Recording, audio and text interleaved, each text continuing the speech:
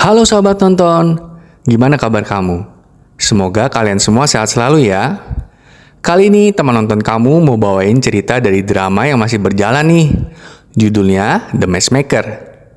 Yuk, daripada kelamaan, kita mulai aja ceritanya.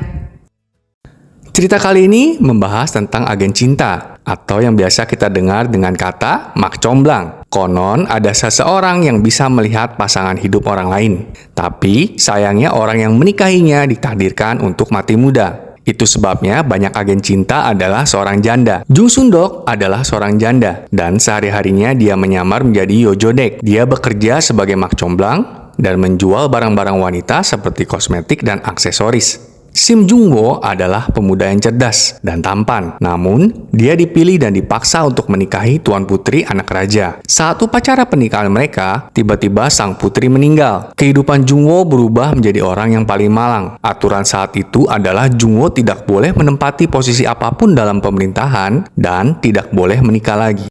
Para wanita sibuk memikirkan tentang larangan pernikahan. Tapi, Yojo berkata bahwa tidak akan ada larangan pernikahan tahun ini. Seperti yang kita tahu, larangan pernikahan ada karena putra mahkota belum menikah. Kerajaan pun sulit menghadapi krisis ini. Para menteri memohon kepada raja untuk mencabut larangan pernikahan. Raja pun menjadi kesal dan bertekad untuk segera menikahkan putra mahkota tahun ini. Selama 8 tahun, Jung-woo selalu menuliskan surat permohonan untuk membatalkan pernikahannya dengan sang putri yang telah tiada. Jung-woo dikenal sebagai pria yang pemarah.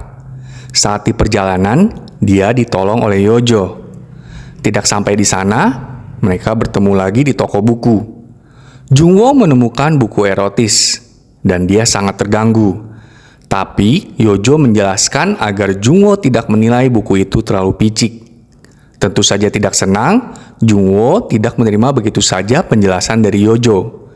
Dan mereka akhirnya terlibat perdebatan. Pertanyaan telak yang dilontarkan oleh Yojo membuat Jung-woo tidak dapat berkata-kata.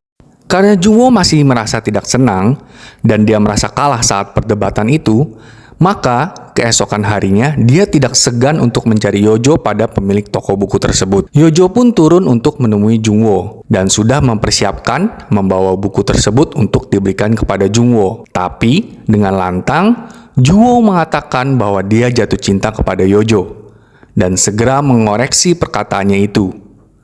Yojo yang bingung akan kejadian ini memilih untuk mengalah demi menyelesaikan masalah mereka. Jung-woo dengan sengaja ditangkap oleh raja agar Jung-woo dapat membantu raja mengatur strategi bagaimana putra mahkota dapat segera menikah. Jung-woo berencana untuk menikahkan ketiga perawan tua Putri Meng Sanchun dalam 2 bulan, dan raja berjanji akan meninjau kembali permintaan banding Jung-woo tentang pembatalan pernikahannya yang terdahulu. Jung-woo mulai mengumpulkan agen cinta atau mak comblang di negeri itu untuk membantunya menikahkan ketiga putri Maeng. Tapi, semua mak comblang yang berada di sana berkata bahwa mereka tidak bisa dan menyarankan Yojo untuk misi ini. Jung-woo mencari Yojo, dia melihat Yojo tertidur dan membantu mengambil tasnya yang hampir terjatuh. Karena rasa rindu yang begitu besar akan suami yang sudah meninggal, Yojo sempat menganggap Jung-woo adalah suaminya. Tersadar dari imajinasinya, Yojo bangun dan Jung-woo mengatakan maksud kedatangannya yaitu ingin menikahkan ketiga putri Mei Sang-chun. Sebenarnya Yojo tertarik untuk misi ini, tapi karena pengalaman anehnya beberapa kali dengan Jung-woo, dia akhirnya memutuskan untuk menghindarinya. Jung-woo tidak punya pilihan selain bekerja sendirian. Dia akhirnya bertemu dengan putri pertama Mei Sang-chun. Tapi karena Jung-woo tidak memiliki hati yang hangat, maka reaksi dari putri pertama Mei Sang-chun pun tidak terduga, yang berujung penolakan terhadap gagasan dari Jung-woo. Kemanapun dia mencari bantuan untuk misinya, semua orang akan mengarahkannya kepada Yojo. Jung-woo sudah berpikir akan ditolak lagi oleh Yojo, tapi asistennya memberi saran supaya Jung-woo meminta maaf atas perbuatannya yang terdahulu. Yojo kemudian datang dan Jung-woo langsung meminta maaf berbarengan dengan kesediaan Yojo untuk menjadi mak comblang membantu dirinya. Wah, bagaimana kelanjutan ceritanya ya sahabat nonton?